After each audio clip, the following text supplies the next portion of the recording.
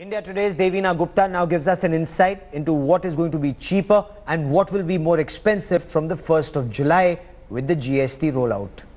The countdown to GST has begun, and so I'm out with my shopping basket here in Indirapuram in this departmental store of AB Marsh, and we're trying to figure out what goes expensive, what goes cheaper in this shopping basket. With me is Priyajit Ghosh, who's partner indirect tax with KPMG India. Priyajit, thanks for taking out time for our little shopping here. Yeah, even I'm excited about it. Let's see what we have.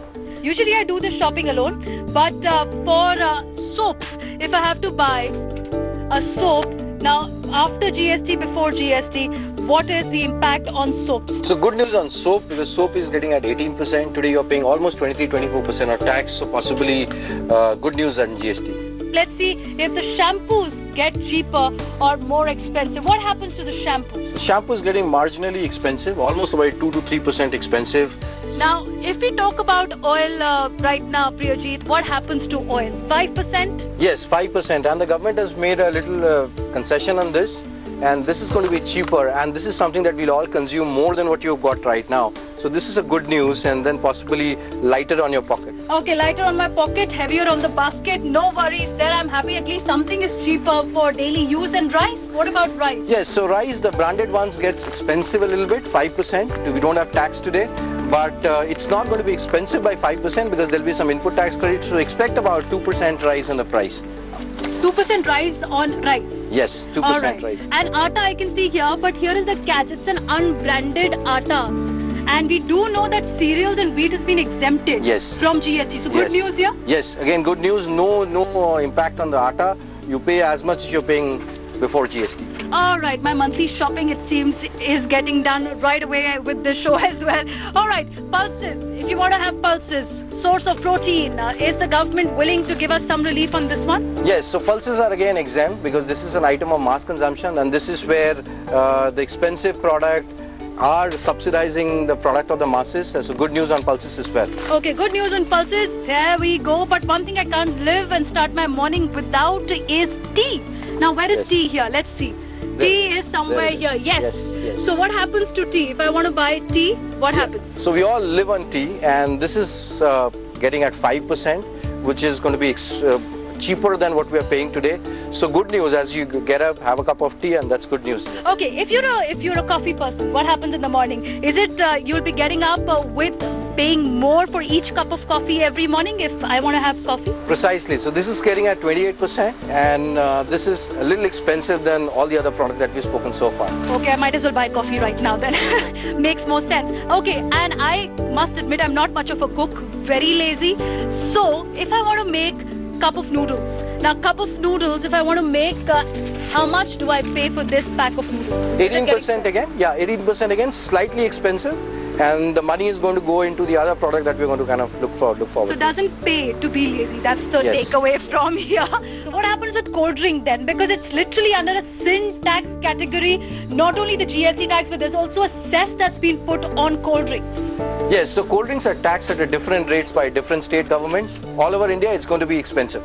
Expensive. So clearly, not part of my GST, right? These two. I'm not buying them. It's going to take some time before the eventual smoothening, but one nation, one tax, definitely a major tax reform from the Modi government. Priyajit, let's get this cash.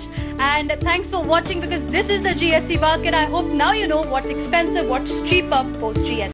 So banking will be more expensive. It will pinch your pocket after GST.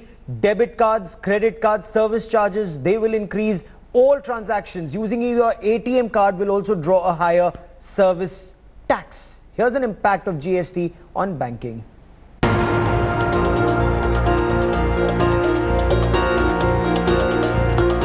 As India gets ready for the boldest tax reform, the habit of swiping your card for every purchase may become more expensive. With service tax going up from 15% to 18%, banking services are set to feel the tax heat. So, from using your debit card to credit cards, you have to pay more. If I want to buy a phone and want to pay it, say, from my credit card, Priyajit, now that means that I'm paying more for each banking transaction. Yes, so you would be paying more, and the banks have already started sending SMS to get you prepared to pay more in the GST. So even when you want to withdraw cash from your ATM, the service tax has gone up for extra transactions beyond the 5-time limit for your ATM and 3 from other banks.